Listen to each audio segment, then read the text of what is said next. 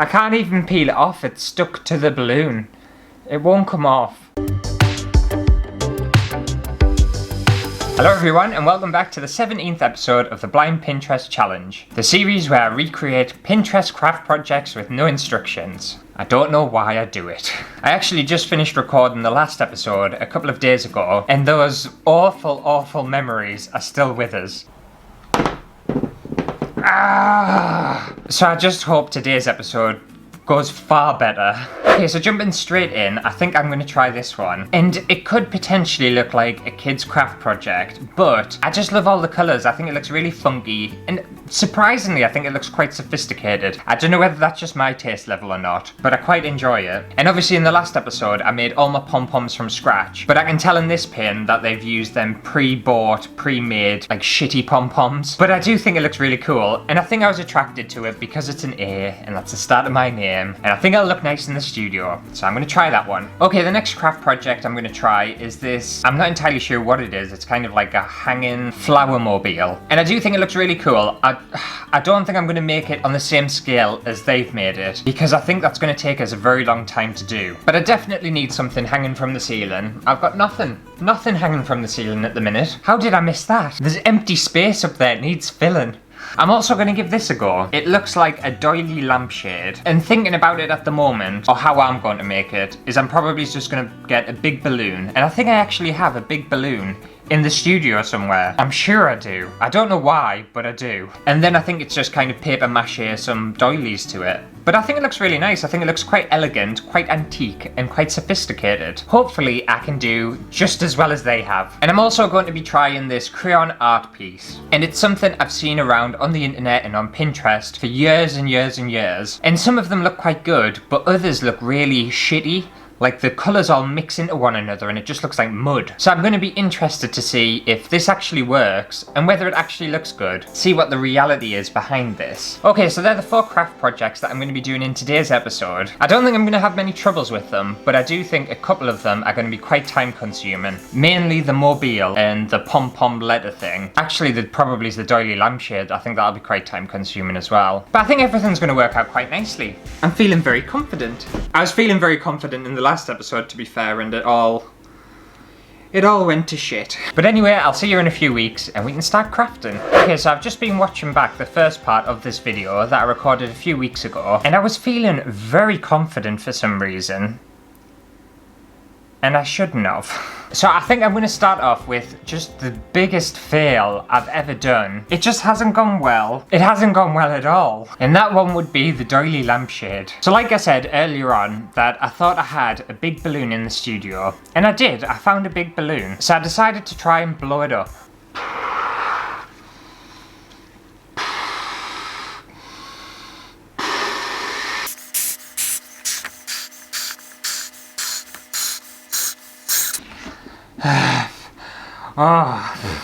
Oh my god.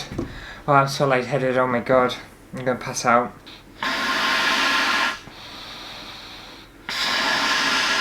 It's gonna take so long. Do you think that'll do? Yeah, that won't do, will it? And obviously that didn't work very well at all. This balloon did not want to be blown up. It was just kind of semi-blown up. It wasn't the full kind of circle shape, so I was struggling. So I was looking around and I thought, you know what, I'll try a hairdryer.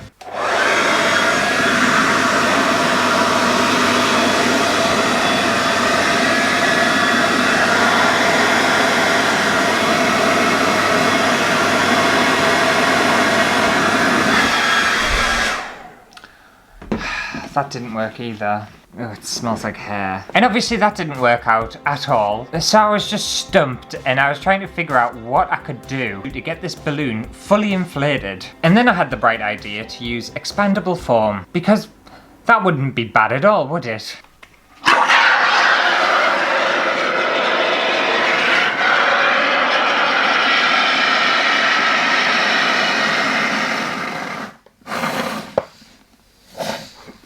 And obviously this was a terrible idea because I now had a giant balloon that could potentially burst with expandable foam in it, which would ruin everything around it. Sticky foam all over the studio. So I was having a bit of a panic. I was stressed out. Yeah, stop. Oh god, I'm stuck. Oh my god. And I couldn't tie this balloon in a knot or anything like that, and I was just trying to figure out how I was going to get this balloon closed so that the foam wasn't going to escape. Oh, I need help. I don't think tape's going to work, is it? It's going to end up squirting out everywhere. It's all over us. And I kind of loosely got it into a knot with a combination of pegs, wool, tape. It was a mess. I'm so stressed out with this already. This should be the easy part. And I was going to leave it for a few days before I added the doilies and all that kind of stuff onto it. But I put it to one side and I was like, screw it, I'm just going to do it now, get it over with. It's already gone really bad. It can't possibly get any worse. So I took a variety of paper doilies and paper mache'd them to the surface of this balloon.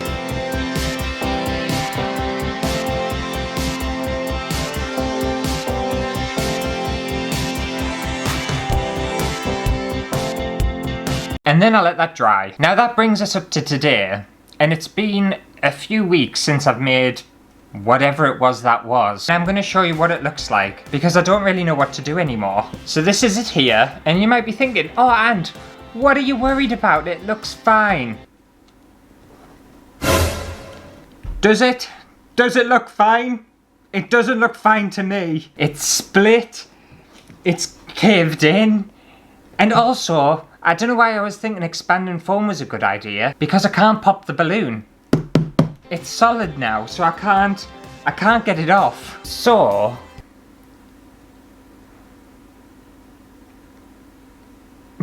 I'm not sure what to do, because I'm not doing it again. I've definitely made my mind up on that one. Not doing it again. I think I'm just gonna call it what it is. Just a ginormous fail. And unfortunately, I'm not going to have anything to show you for this craft project. And I think that's the first time in the history of the Blind Pinterest Challenge where I've actually not finished something. I could say I made a bowl. What was I thinking?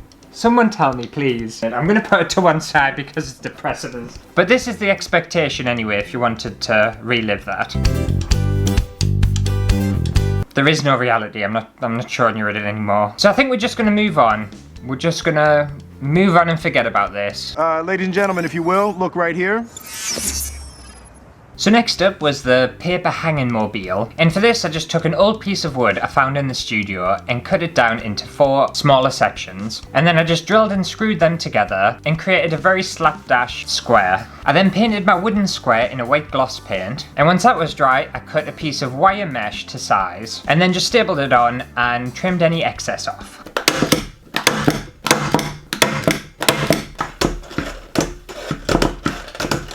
And it's not looking too bad so far. I'm pretty pleased with myself. I think it's a good start. Now, because I'm gonna have to make an absolute ton of these little flower things that hang from it, I was trying to figure out an easy and quick way of making them, because otherwise it would take us years. It would take us so long. So all I did was cut a piece of paper out into a square shape and mold it around the top of my finger. And I think that's given me a very basic flower, a little bit different to what theirs is, but something I can replicate on a much larger scale, and it won't be as time consuming. So I just repeated that process over and over again in lots of different colours.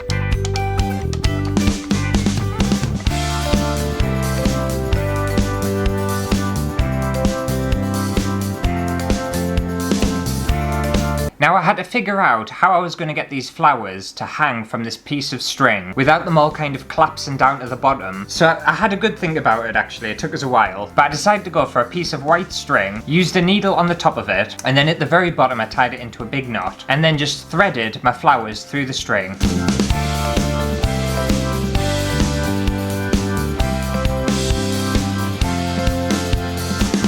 And then in order to get the flowers not to sink to the bottom, I used a little bit of blue tack in different intervals up the string, just to provide like a little barrier, and then slip my flower down, and then that would just stop it. And I think that's worked really well. So I was pretty happy with that, and now it was just time to do it over and over and over and over and over and over again. I even actually made these while I was in bed. It took me days, it took me a very long time. So now I have all my flower bunting here, and my frame, and I suppose it's just time to attach them to this. And I hope I have enough. If I don't, I'm not making any more. It took me far too long.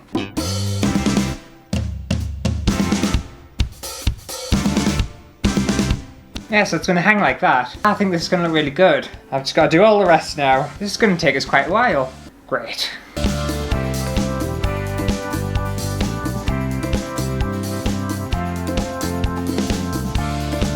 Right, okay, that's done. That was a lot fiddlier than I thought it was going to be. It was quite difficult. But I've already put a hook in my ceiling, ready for this. So I'm very excited. So I think we'll hang it up and we'll see what it looks like. Okay, so we have expectation and reality. And I think I've done a pretty decent interpretation of the original pin. It's quite hard to see on scale on someone's photograph, but I think mine is a very scaled down, smaller version of what theirs is. Theirs looks massive, but I'm not too mad at mine. I think it looks really cool. I'm quite pleased with myself. I do think I could have had maybe a few more of the streamers coming down from it, but seriously, I just did not have time. It took me so long to make this. So long. But how much did it cost us? Okay, so working it out based on the materials I've used and what I ordered and what I already had in the studio, it probably cost me about £6 to make. That is not bad. Not bad at all. Pretty pleased with myself. Yeah, and I just like a little bit of something hanging off the ceiling. Makes it feel a little bit more comfy. So now I thought I would move on to the crayon wall art, and I first started by organising my crayons in colour order, because obviously you want this to look like a rainbow, don't you? And then I just hot glued them all to the top of the canvas.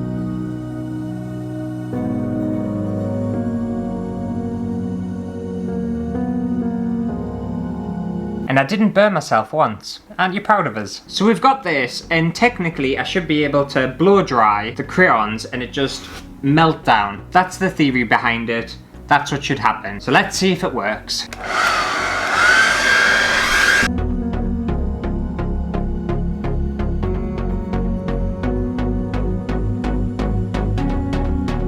I have to say this is already incredibly fun. It's a little bit messy, but it's fun. I'm enjoying myself.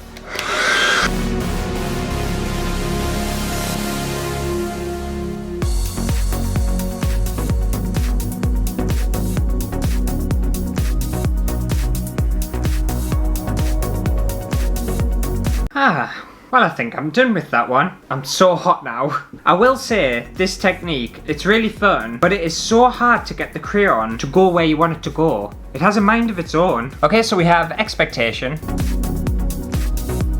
and reality, and I think mine looks really good. I'm pretty pleased with it. I will say their crayon looks a little bit more chunky, so I think they might have possibly used a heat tool, like a heat gun, rather than a hairdryer, which I would recommend. I don't think a hairdryer is the best for this, but my heat gun's broken, so I couldn't do that. And yeah, it is good. It's just really, it's hard to control where it goes. It kind of bubbles along at the top. Maybe I should have done it on an angle as well. That would have probably helped. But anyway, I'm still pleased with it. I think it looks really nice. But how much did that crayon masterpiece cost us? Well, I ended up spending £14.99, and that was just on crayons. However, I massively overestimated how many I would need because I still have a giant box full of crayons, so I probably only spent about half of that.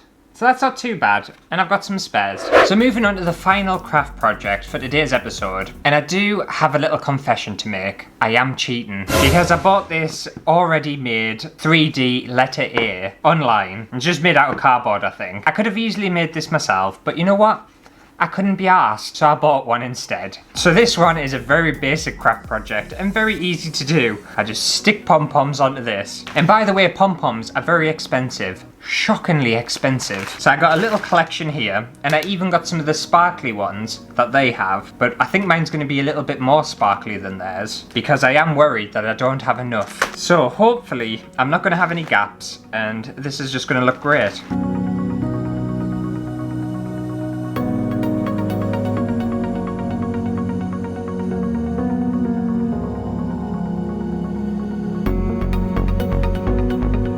Much later. So we've got expectation and reality, and I think mine's turned out so good. I absolutely love it, and the whole thing's covered. I haven't cheated or anything like that. It took me over 2 hours to make this. 2 hours. Do I think it's worth it? I do actually. I really, really enjoy this one. I think it's so fun. And you can still see through it as well, there's still a gap. But now I'm gonna have to rearrange some things on my shelf because this is definitely going on it. I love it. But how much did this pom-pom letter cost me? It surprisingly cost me quite a lot of money for what it is. So it cost £22.18. Pretty expensive, isn't it? I do have a few leftover pom-poms, but not a lot. It took a lot to cover this, but I still like it. I have no regrets. But that does it for today's episode of the Blind Pinterest Challenge. Hopefully you have enjoyed it. If you did, make sure to give it a thumbs up and let me know down in the comments which craft project was your favourite. Obviously the lampshade thing didn't happen. We don't talk about that. We do not mention that in the comments. Just the other 3 that I've done. And if you're a little bit bored today, I'm going to leave a playlist down in the description below for all the other episodes of the Blind Pinterest Challenge that you are more than welcome to binge. Although I will say the first couple of episodes, they're a little bit rough. They're rough around the edges. But anyway, I'll see you next week for a brand new video. Bye!